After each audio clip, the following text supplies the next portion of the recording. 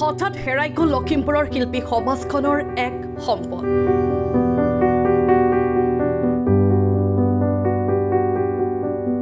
বাৰ্ধক্যজনিত ৰোগত আক্ৰান্ত হৈ মৃত্যুক আকলি ল'লে ৰাষ্ট্ৰীয় পৰ্যায়ৰ চিত্ৰশিল্পী চন্দ্ৰ কমল গগৈ। নহয়, তেখেত অসুস্থ মানে অকণমান ডিমেনচিয়াটো হৈ আছিলে তেখেতৰ, হ'লেও সেইটো প্ৰব্লেম নাছিলে, চলি আছিলে। কিন্তু এদিন হঠাতে তেখেতৰ হেৰি হ'ল, প্ৰেছাৰ আৰু পালছটো 0 হৈ গ'ল, নীল হ'ল তাৰমানে। এসময়ৰ বিশ্বভাৰতী শান্তি নিকেতন বিশ্ববিদ্যালয়ৰ ছাত্ৰ চন্দ্ৰ কমল গগৈক ৰাজ্য চৰকাৰে প্ৰদান কৰিছিল কলাগুৰু বিষ্ণুপ্ৰসাদ ৰাভা বঁটা।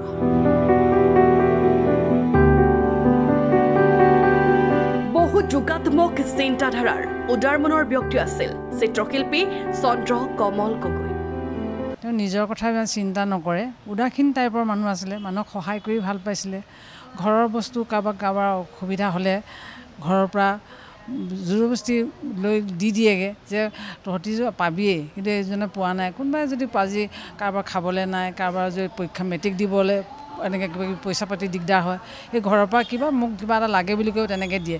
এনেকৈয়ে মানে যিটো ইনকাম কৰিছে তেওঁ মানে কোনো নিজৰ কাৰণে নাৰাখে, তেওঁলোকে জীয়েকহঁতৰ কাৰণে চিন্তা নকৰে। তেওঁ মানে চব বস্তু কাৰোবাৰ দুখীয়া দৰিদ্ৰ মানুহবিলাক তেওঁ দি দিব, ক'ৰবাত দুখীয়া এটা পালে নিজৰ চাৰ্টটোকে খুলি পেলাই নি তেওঁ দি দিয়া, তেনেকুৱা ধৰণৰ উদাৰ স্থিতি আছিলে। তেওঁ স্বভাৱ চৰিত্ৰ আমি সৰুৰ পৰা জনাৰ পৰা বহুত ভাল আছিলে, আৰু আমাৰ পৰিয়ালৰ মানুহক মানে খুব আকৰ্ষিত কৰিব পাৰে, আৰু বহুত আমাক হেৰি কৰে, মৰম চেনেহত পৰিয়ালটো ৰাখিব পাৰে, তাৰমানে বহুত ভাল আছিলে। ৭৮ বছৰ বয়সত আজি পুৱা লখিমপুৰ চিকিৎসা মহাবিদ্যালয়ত শেষ নিশ্বাস ত্যাগ কৰে চাৰুকাৰু কলা মহাবিদ্যালয়ৰ অধ্যক্ষ চন্দ্ৰ কমল গগৈ।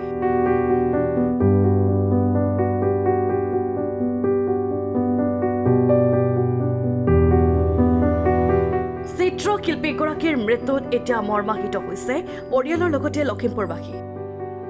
তেওঁ বুলি ক'লে মানে আমাৰ তাৰমানে গোটেই মানুহখিনিয়ে তাৰমানে হেৰি লাগে। আজি তেওঁ হঠাৎ হেৰাই গ'লত শোকত ভাগি পৰিছোঁ, তাৰমানে একো ক'ব পৰা নাই, তেনেকুৱা লাগিছে আৰু। ডাঙৰ বুলি আমি সদায় সন্মান কৰোঁ, কিন্তু আজি তেখেত হেৰাই গ'ল, সেইকাৰণে আমি নিজে বৰ মানে বহুত দুখৰ কথা। তেখেতৰ মৃত্যুত বিধায়ক মানৱ ডেকাও শ্ৰদ্ধাঞ্জলি জনাই তেওঁৰ নামেৰে নামাকৰণ কৰাৰ কথা ক'লে নৱনিৰ্মিত জিলা পুথিভঁৰালৰ আৰ্ট গেলেৰী। তেওঁ খুব একনিষ্ঠ এজন শিল্পী আছিলে, খুব নীৰৱতাৰে শিল্পী সাধনা কৰিছিলে, বহুত হৈচৈ কৰি নহয়। মই তেখেতক ব্যক্তিগতভাৱে জানিছিলোঁ, ভাল লাগে। মই বিধায়ক হোৱাৰ পিছতে মোৰ আজি অলপ মনটো বেছি বেয়া লাগি আছেগৈ। মই বিধায়ক হোৱাৰ পিছত তেওঁক মই যেতিয়া লগ পাইছিলোঁ, তেওঁ মোক কৈছিলে যে লখিমপুৰত এটা আৰ্ট গেলেৰীৰ অভাৱ, যাতে এটা আৰ্ট গেলেৰী আপুনি বনাই দিয়ক। তেতিয়া মই লগে লগে সেই মুহূৰ্ততে কৈছিলে যে মই আপোনাক এবছৰৰ ভিতৰত আৰ্ট গেলেৰীটো কৰি দিম। আজি আৰ্ট গেলেৰীটো সম্পূৰ্ণ হ'ল, আমি ডিষ্ট্ৰিক্ট লাইব্ৰেৰীত বনালোঁ, আপোনালোকে দেখিছে। ছেপ্টেম্বৰত আমি সেইটো মুকলি কৰিম। কিন্তু মনটো বেয়া লাগিছে যে সেই যিজন ব্যক্তিয়ে এই প্ৰচেষ্টাটো আছিলে, সেই ব্যক্তিজনে আজি আমাৰ মাজত নাই। তেওঁ বিদেশী আত্মাৰ প্ৰতি মই সদগতি জ্ঞাপন কৰিছোঁ, আৰু মই আজিয়ে কৈছোঁ যে সেই আৰ্ট গেলেৰীটো মই তেখেতৰ নামত দিবলৈ চেষ্টা কৰিম, তেখেতৰ স্মৃতিত।